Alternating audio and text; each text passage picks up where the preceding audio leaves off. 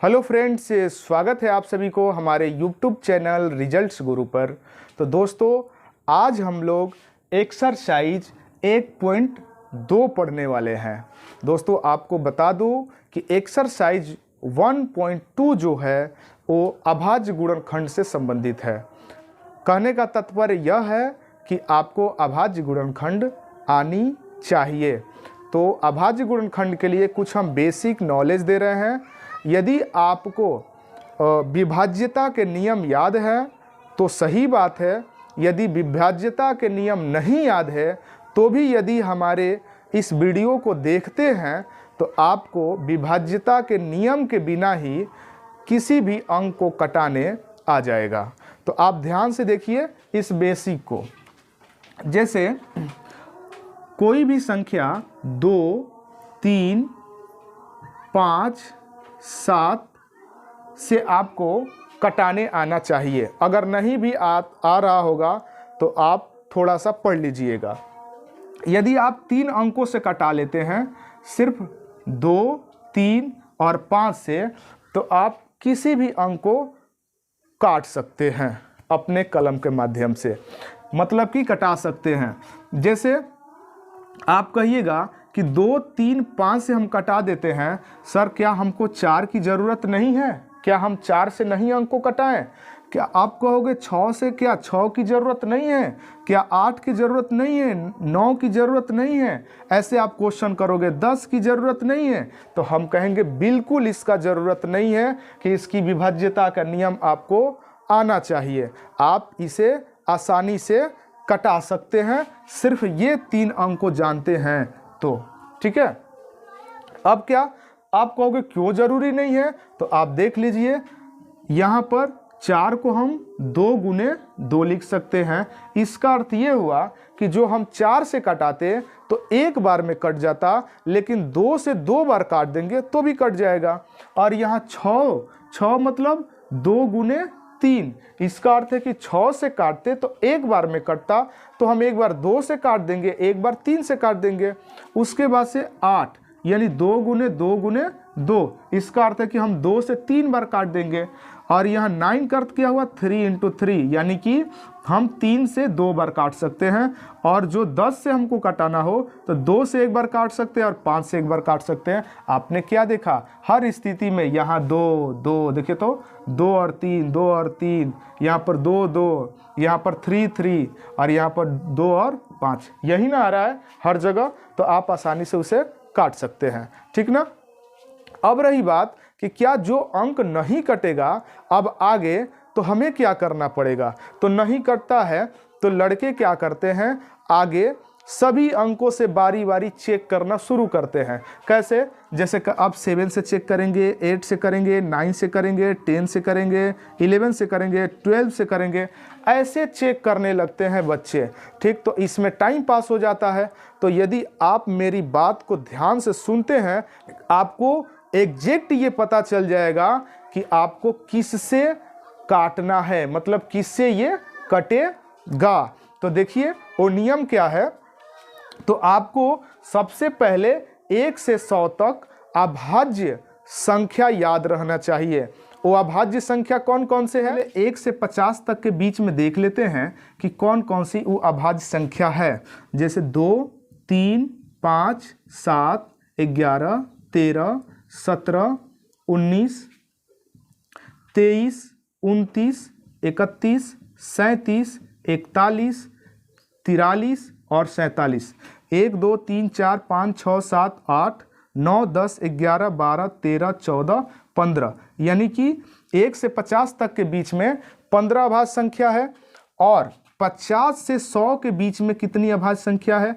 तो यहाँ से देखिए 50 के बाद हो जाएगा 53, 57 नहीं, 57 नहीं होगा, 59 हो जाएगा। 59, क्योंकि 57 कट जाता है 3 से। 59, 61, 63 नहीं होगा, 64, 65 नहीं हो सकता, 66 भी नहीं होगा, 67 हो जाएगा। उसके बाद से 69 नहीं होगा, 13 से कट सकता है। 71,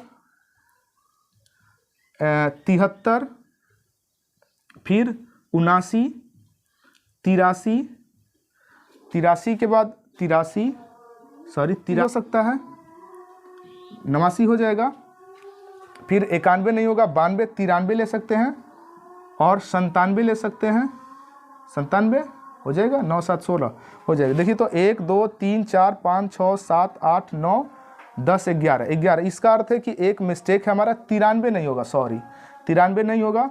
ये 10 अभाज्य संख्या है, कितने 50 से 100 के बीच में। तो आपको ये कम से कम याद रहना चाहिए। अगर आप इतना याद रखते हैं अभाज्य संख्या को तो आप बड़े से बड़े अंक को कटा सकते हैं, ठीक ना। अब रही बात कि इनसे आप कैसे चेक करोगे कि जो नहीं कट रहा है इन तीनों अंकों के बाद, तो अब मुझे क्या करना है। तो मैंने पीछे भी बताया कि आपको इस तरह चेक नहीं करना है लाइन बाय लाइन, 7 से चेक किए, 8 से चेक किए, 9 से किए, मतलब 10 से किए, 11 से किए, ऐसे नहीं करना है आपको। आपको अब ढूंढना है अभाज्य संख्या और आपको चेक करना है अभाज्य संख्या से ही, ठीक ना। आपको अभाज्य संख्या से ही चेक करना है। यदि आप अभाज्य संख्या से चेक करते हो तो आसानी से कट जाएगा और एग्जैक्ट कटेगा, ये भी बता देते हैं कैसे। पहले थोड़ा सा और बेसिक देख लेते हैं। अब वो बेसिक क्या है, आपको ये कैसे पता चलेगा कि हम उसी संख्या से कटाएं, ठीक ना, या उसी संख्या से कट जाएगा। तो वो क्या है, यहाँ पर थोड़ा सा आप देखिए, बहुत अच्छी वीडियो होने वाली है। अब यहाँ पर देखिए, अब इन अभाज्य संख्याओं का वर्ग आपको आना चाहिए। 2 का वर्ग कितना 4, 3 का 9, ठीक। अगर वर्ग आ रहा है आपको तो आप तो डायरेक्ट कटा सकते हैं, लेकिन कुछ लोग ये कहते हैं कि हमको वर्ग याद नहीं है, तो हम क्या करें। तो उनके लिए हम बता रहे हैं, आप ये याद रखिए 10 का स्क्वायर कितना होता है 100 होता है। उसके बाद से 20 का स्क्वायर कितना होता है 20 का स्क्वायर, तो 20 का 400 होता है। और यदि अगला क्या है हमारा 30 का स्क्वायर कितना होता है, तो 30 का स्क्वायर 900। फिर ऐसे ही 40 का स्क्वायर कितना होगा 40 का, तो 40 का स्क्वायर हो जाएगा हमारा ले लो कितना 1600, ठीक। यदि आपको कोई अंक दिया गया है कटाने के लिए, जैसे आपको दे दिया गया 289, 361, ठीक है, 841, अब ये किसी अंक से नहीं कटेगा और आपको चेक करना है कि अब ये किससे कटेगा। आप 2 से 3 से 4 से 5 से ऐसे करके थक गए हैं, ऐसे मत कीजिए। आप एग्जैक्ट नंबर का पता लगाइए कि कौन सा वो अंक है जिससे हम कटा सकते हैं। तो यहाँ पर आप थोड़ा सा फोकस करते हैं तो आप एकदम उस एग्जैक्ट नंबर का पता लगा सकते हैं। कैसे, जैसे देखिए यहाँ पर ये छोटा सा पहले एक अंक ले लेते हैं 289। अब ये सोचिए कि 289 किसके किसके बीच में है, तो 289 100 और 400 के बीच में है, ठीक है। 289 किसके बीच में है 100 और 400 के बीच में है। तो 100 और 400 के बीच में यहाँ 289 आता है। तो मैंने क्या बताया था पीछे कि आपको चेक करना है तो सिर्फ अभाज्य संख्या के बारे में चेक करना है। इसका अर्थ ये हुआ कि 10 और 20 के अंदर कौन कौन सी अभाज्य संख्या है। तो 10 और 20 के अंदर 11, 13, 17 और 19, ये हमारे पास 4 अभाज्य संख्या है, ठीक है। आप 4 अभाज्य संख्या देख रहे हैं। फिर से एक बार देखिए, ठीक है। मैंने क्या बोला कि सबसे पहले चेक करना है कि 289 किसके बीच आ रहा है। तो 289 100 और 400 के बीच में है, यानी कि उसका आंसर 10 और 20 के ही बीच में होगा। और अब हमको क्या करना है कि 10 और 20 के बीच कितनी अभाज्य संख्या है उसके बारे में सोचना है। तो 11, 13, 17, 19 यही अभाज्य संख्या है मेरा 10 और 20 के बीच। अब रही बात कि इन 4 संख्याओं में हम किससे काटे कि ये पूरा पूरा कट जाएगा। तो इन 4 संख्याओं में आप चेक कीजिए कि हम 1 का वर्ग करेंगे तो 1 होगा, 3 का वर्ग करेंगे 9 होगा, 7 का वर्ग करेंगे तो कितना होगा, ये इसके भी लास्ट में 9 हो जाएगा 49 होगा, और 9 का वर्ग करेंगे तो 81 1 होगा। तो ये और ये तो दोनों कैंसिल हो गया। अब बचा आपके पास 2 ऑप्शन, कौन कौन सा, एक 13 और एक कितना, एक 17। तो आप इस तरह चेक कर सकते हैं। अब इसके बीच में 10 और 20 के बीच में क्या होगा भाई 15 होगा। तो 15 होगा तो 15 का कितना होता है 225 होता है।